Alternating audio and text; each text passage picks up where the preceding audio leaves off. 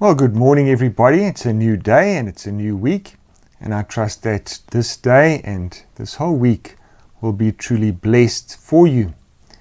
Now, this week we're going to be looking at the theme of fellowship, Christian fellowship, and today we're going to be looking at that theme from the Old Testament, and I'm going to be looking at Psalm 133. It's a lovely psalm which speaks about the blessing of the fellowship of brothers and sisters. And so let me read the psalm for you, and then I'll give a brief explanation. The psalm reads like this: Behold, how good and pleasant it is when brothers dwell in unity. It is like the precious oil on the head, running down on the beard of Aaron, running down on the collar of his robes. It is like the dew of Hermon, which falls on the mountains of Zion. For there the Lord has commanded the blessing, life forevermore. It's a lovely psalm, and it has a very simple structure. It begins with an assertion or a statement of principle. It says, Behold, how good and pleasant it is when brothers dwell together, or just dwell in unity. And it is just simply saying, well, it's really a good thing when those of us who know and love the Lord live together in harmony, in unity, with a sense of common purpose, a concern for one another, and a sense of working together. And then there are two illustrations of just how pleasant it is for brothers and sisters to live together in unity. The first illustration speaks about oil on Aaron's head and Aaron's beard. Now, of course, since we are not ancient Israelites, we've never experienced that or seen it. We don't know what is meant by that. But it is talking about the fragrant, perfumed oil that was made for use in the tabernacle. And when this oil was poured on the head of the high priest, it would run over his head, his hair, it would run down his beard, it would run onto his shoulders, and down over his robes.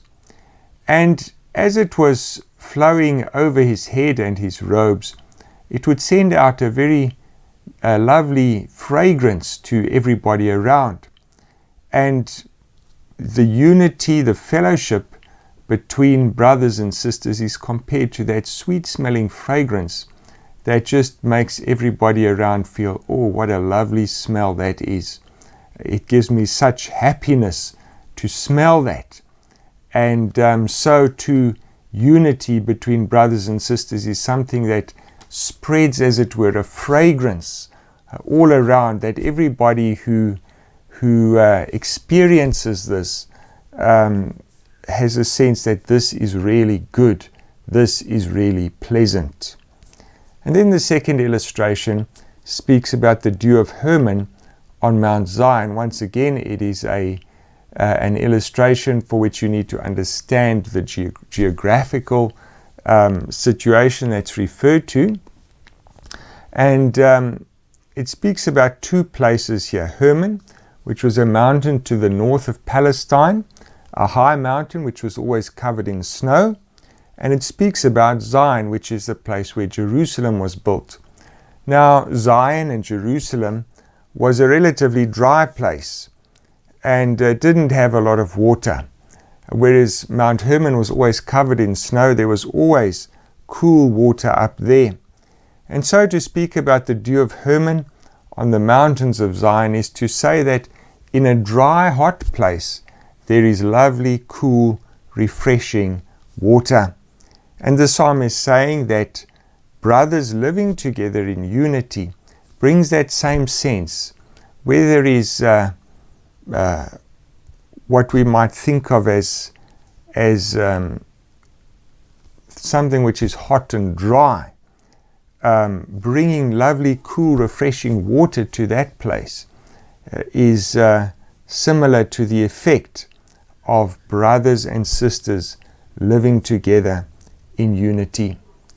And then finally, the psalm ends with the fundamental reason why it is so good and pleasant for brothers and sisters to dwell together in unity. because there the Lord has commanded the blessing, life forevermore.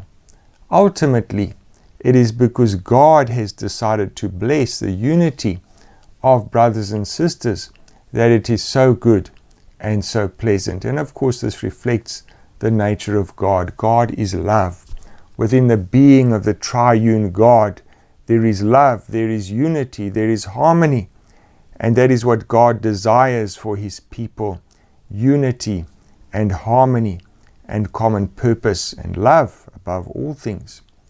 So let's think about the blessing of Christian fellowship. Let's think about how sweet it is, like a fragrance spreading its sweet smell to everybody around, and how refreshing it is, like cold, refreshing water in a hot, dry place.